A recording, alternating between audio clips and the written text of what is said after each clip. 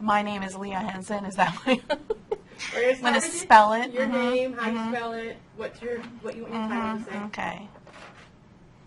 Yeah. So we'll say when. I'm good. Go for it. Okay. Leah Henson, LeahHenson. I'm a senior lecturer in the Department of Spanish and Portuguese and an instructional designer. Excellent. So can you tell me a little bit about what's the role of an instructional designer in course design?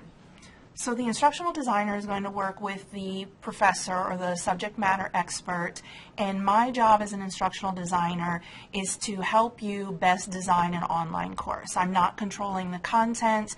I'm not the subject matter expert. I've worked with people in communications and family studies, and I don't have a background in that. What I do have a background in is learning how to best design a course so that it is going to run smoothly, so that students are going to be successful in the course. And my job is to give information on how to best design a course. Excellent. So what is good course design? The number one thing I think of is careful design and consistent design. I know that when I first started teaching at Miami University, we had a coordinated course, our language courses, and I was given a syllabus, and I never really had to think in the beginning about what were objectives and did my assessments align with objectives, because everything was there for me. And as an instructor, I found that when I first developed my hybrid course in 2010, that it made me a better instructor. It made all of my classes face-to-face with inverted and the hybrid course, and then eventually online, much better, because I had an idea of let's look at this class from the beginning. What are the course objectives? Let's make sure that those are clear, that those are measurable. How am I going to measure those course objectives? And I might find, for example, that we're watching a cultural movie that is fascinating, but what if that doesn't align with the objectives? And that is, in fact, what we found out. So we either need to change our objectives, or we need to come up with an assessment that accurately reflects our objectives. So making sure that from start with the objectives to finish with the assessments and everything in between, that those are carefully aligned.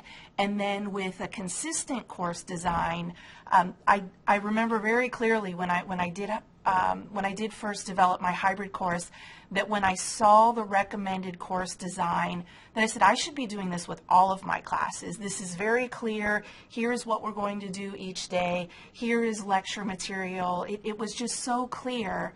And so since that time, I've used that, again, for face-to-face, our flipped or inverted, hybrid, and online courses. So it's consistent as students move from format to format, and then it's consistent if you continue to develop further technology-enhanced courses. Excellent. Can you tell me a little bit about how you help faculty create meaningful learning in their courses? Meaningful learning. So I'm talking in their about courses. how do they connect to the real world? How do they get those interactions in there? How do you help faculty with that? A lot of times it's just brainstorming. I know sometimes faculty come to me and they say, well, this is what I do in my face-to-face class, and I can very easily envision this is what I do. It's group work or it's project-based learning, but how do I convert that into an online format? And some of it, again, we're not going over the material, because again, I'm not an expert in that, but I can help you transition what you do in class into an online class, or brainstorm what are different ways to approach that, where we're still meeting those learning objectives. The assessment might be a little bit different. It might be more suited for an online course, but again, we're looking at what are just ideas to make this the best online course that you can have. What are some what's one of the work products that's come out of a course that you've helped design? So a faculty member comes in and they say, I do this in my face-to-face and I really love it, and I want to do something like that in my online course. I think with our new learning management system, it's been fantastic to see how you can incorporate group work, where that was something that was a little bit more difficult in the past. But now with conferences that are available, or now that we're also a Google school, with doing collaboration in Google Docs, so giving the ideas of you don't have to meet in space in person, but out there in cyberspace or within the learning management system, that there are opportunities for students to do that. Why is that type of work important for the course? How does it help the student?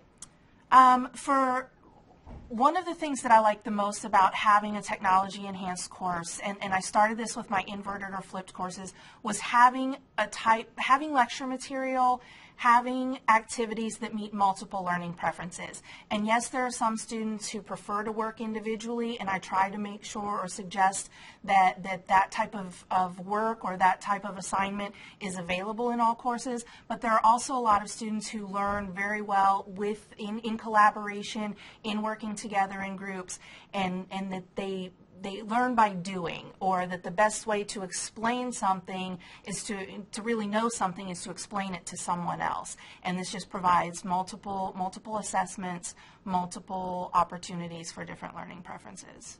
Excellent.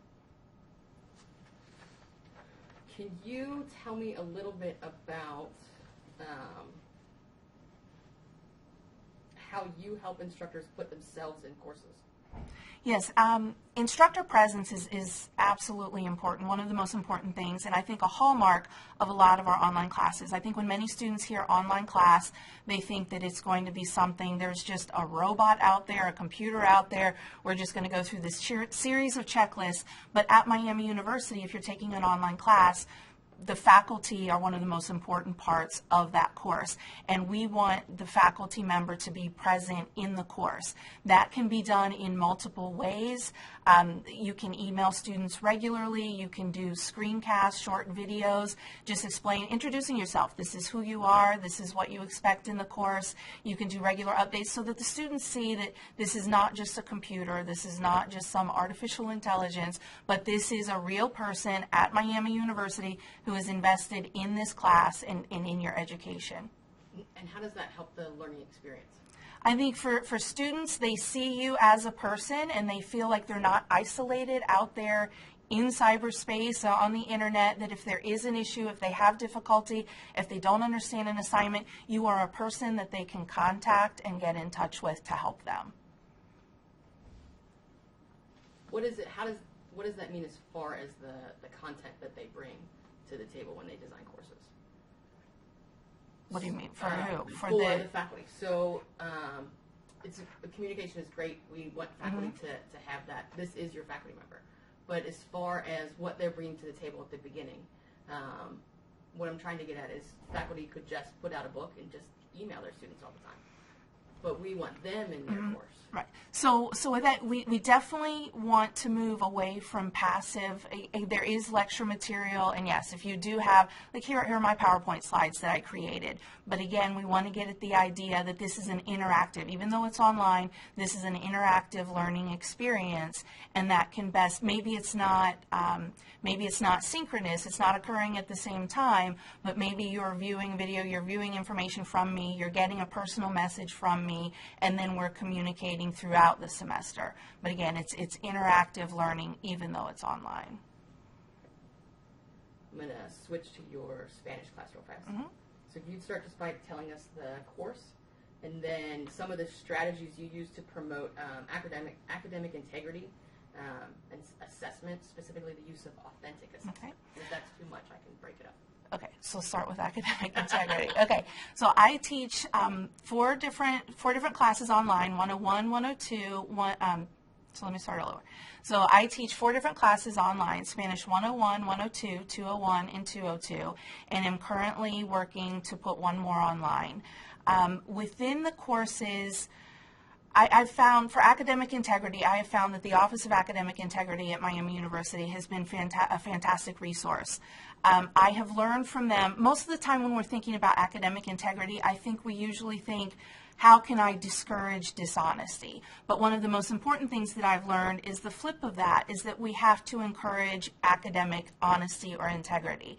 And one of the things that I do on the main syllabus page in my courses is that I tell students that academic integrity is important to me, that as a professional I spend a lot of time going to conferences, doing research, and making sure that my courses are appropriately designed, they're level appropriate for the students, and that the assessments build one on another so that we're not going to just jump into the deep pool of Spanish learning, but we are going to slowly wade out there and build the language skills that you need to communicate.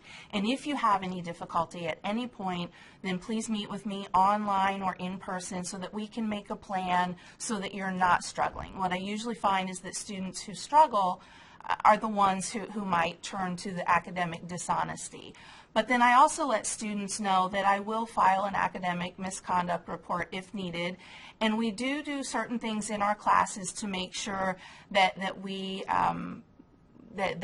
discourage academic dishonesty. One of the things that we do with our languages, the translators, online translators are a problem for us, and we work into our rubrics language that where they will be penalized if they use language that is consistent with a translator.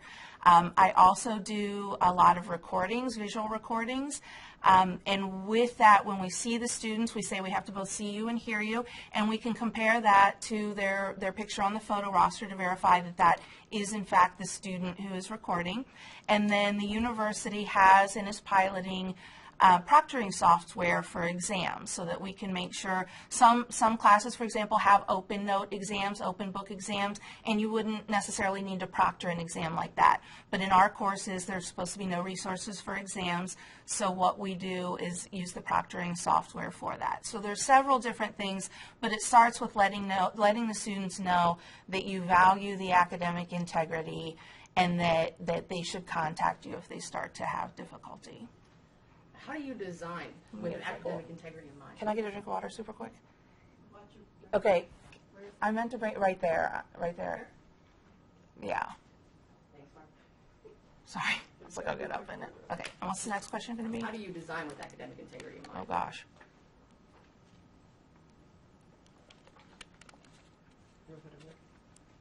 Is that out of the way? Yeah. Okay. Okay, so how do I design with academic integrity in mind? On the syllabus page, I have a section about academic integrity where I explain that I do value honesty and that I do spend a lot of time making sure that everything in the course is level appropriate and is scaffolded throughout. I also have a section on the syllabus that describes our department policy and gives specific examples of what is academic dishonesty or what is academic misconduct in this course. Because usually students hear academic dishonesty and they think plagiarism. But the nature of our basic language courses is not that students are doing research papers, but that they are communicating on their own. And they might work with someone else or they might use a translator. So we have to let them know these are the specific examples of academic dishonesty within our course. And then in part of my pre-work for my online courses, I go over this information as well. So they see it on the syllabus page, they see it on the syllabus document, and then in the pre-work they have information about it.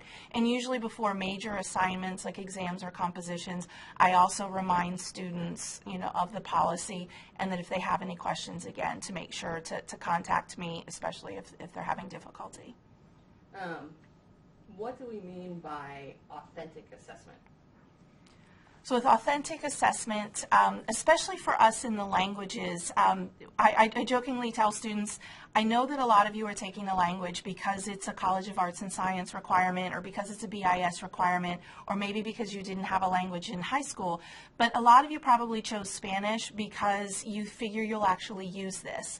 And most of you did not come to this class to say, hey, I'm going to fill out this card right here with verb conjugations. Most of you came into this class to say, how can I actually use the language? So our assessments in the course need to reflect that. So we go back to our objectives. If we want students to be able to communicate in the present tense about what they do in their free time, then I'm not going to have my assessment be a fill-in-the-blank chart just with verb conjugations. My assessment is going to match that, and my students are going to be describing, either speaking or in writing, this is what I do in my free time, and they're going to use all of the information that they've learned in an authentic way.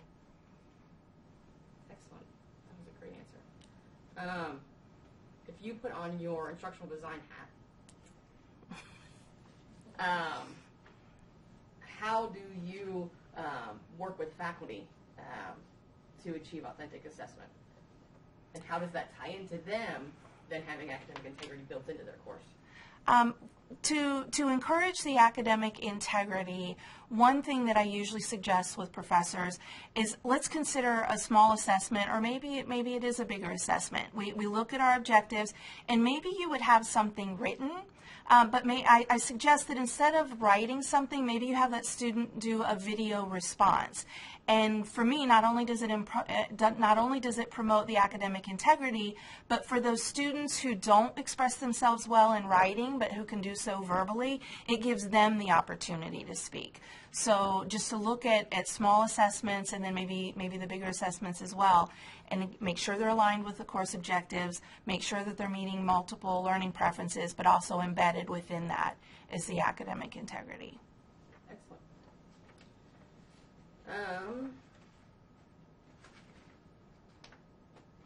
I won't tell you that I should also tell them to look up IP addresses and make sure the students are in the United States and not in the Philippines. Is there anything that I did not ask that you wanted to make sure we touched on? I think the course design. I could talk just briefly about some of the extra student to instructor interaction that we get. So I know oftentimes instructional designers and faculty talk about student to student interaction, but also it's important to have student to instructor interaction, because again, we want that instructor presence. One thing that we do consistently in the Spanish courses is we have conversation software that we use where the students, they get questions from me every single learning day, and we have this asynchronous conversation, but they see me at my home, they hear me. The first question that I usually give often has a minute and a half explanation of what we're going to do during this conversation to set it up. So not only do they get information about me from the beginning of the course or from any chapter overviews, but every single day they get information, or they get a conversation with me. And a lot of students in a face-to-face class, those students in a face-to-face class don't get that much conversation with me, that much one-on-one conversation. So in some ways, my online class will get more student to instructor experience than they would in a face-to-face class. And what's the impact that has on the learning?